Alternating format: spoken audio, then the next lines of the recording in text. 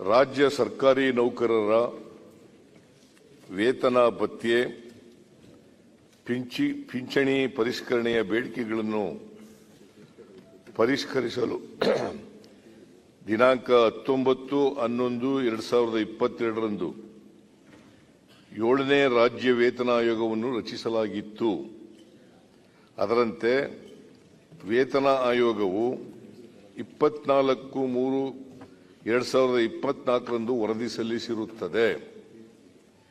7ನೇ ರಾಜ್ಯ ವೇತನ ಆಯೋಗದ ಶಿಫಾರಸಿನಂತೆ ಸರ್ಕಾರಿ ನೌಕರರ ವೇತನ ಸಂಬಂಧಿತ ಭತ್ಯೆ ಪಿಂಚಣಿಯನ್ನು ದಿನಾಂಕ 1/7/2022 ರಿಂದ ಅನ್ವಯವಾಗುವಂತೆ ಪರಿಷ್ಕರಿಸಿ ದಿನಾಂಕ 1/8/2024 ರಿಂದ ಅನುಷ್ಠಾನಗೊಳಿಸಲು ದಿನಾಂಕ 15/7/2024 ಸಚಿವ ಸಂಪುಟ ಸಭೆಯಲ್ಲಿ ತೀರ್ಮಾನಿಸಲಾಗಿರುತ್ತದೆ.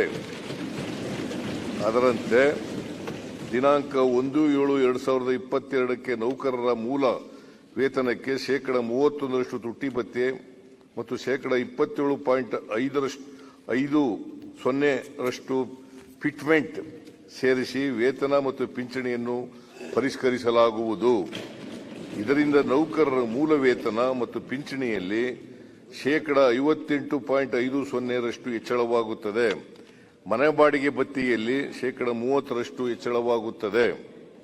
ನೌಕರರ ಕನಿಷ್ಠ ಮೂಲ ವೇತನವು ರೂ. 17,000ದಿಂದ ರೂ. 27,000ಕ್ಕೆ, ಗರಿಷ್ಠ ವೇತನವು ರೂ. 1,50,600ರಿಂದ 2,40,200 ಪರಿಷ್ಕರಣೆಯಾಗುತ್ತದೆ. ನೌಕರರ ಕನಿಷ್ಠ ಪಿಂಚಣಿಯು 8,500ರಿಂದ 13,500ಕ್ಕೆ ಮತ್ತು ಗರಿಷ್ಠ ಪಿಂಚಣಿಯು 75,300ರಿಂದ 1,20,600ಕ್ಕೆ ಪರಿಷ್ಕರಣೆಗೊಳ್ಳುತ್ತದೆ. ಈ ಪರಿಷ್ಕರಣೆಯು ಅನುದಾನಿತ ಶಿಕ್ಷಣ ಸಂಸ್ಥೆ ಮತ್ತು ಸ್ಥಳೀಯ ಸಂಸ್ಥೆಗಳ ನೌಕರರು, ವಿಶ್ವವಿದ್ಯಾನಿಲಯಗಳ ಬೋಧಕೇತರ ಸಿಬ್ಬಂದಿಗಳಿಗೆ ಅನ್ವಯವಾಗುತ್ತದೆ.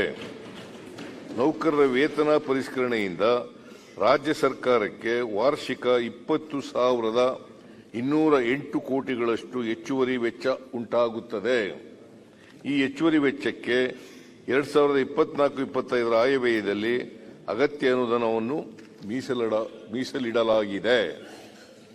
ಇದು ಯೋಜನೆ ಆಯೋಗನ 7th ಪೇ ಕಮಿಷನ್ ಅದನ್ನು ಜಾರಿ ಮಾಡಲಿಕ್ಕೆ ನಿನ್ನೆ ಒಪ್ಕೊಂಡಿದ್ದೀವಿ.